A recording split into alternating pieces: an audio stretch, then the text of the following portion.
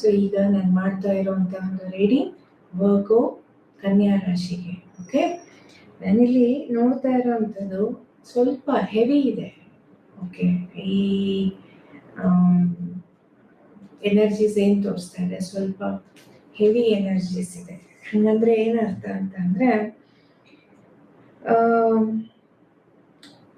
ಯಾವುದೋ ನೀವು ಒಂದು ಕೆಲಸ ಇರ್ಬೋದು, ರಿಲೇಶನ್ಶಿಪ್ ಇರ್ಬೋದು, ನೀವು ಅಂದ್ಕೊಂಡಂಗೆ ಅದು ಆಗಲಿಲ್ಲ. ನಾನು ಹೇಳ್ತಾ ಇರೋದು ಈಗ ಒಂದು 2-3 ತಿಂಗಳ ಹಿಂದೆ ಇರ್ಬೋದು, ಸದ್ಯದಲ್ಲಿ ಇತ್ತೀಚೆಗೆ ಇರ್ಬೋದು.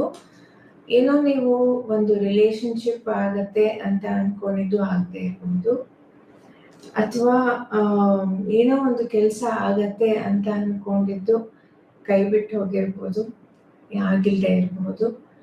ಸೊ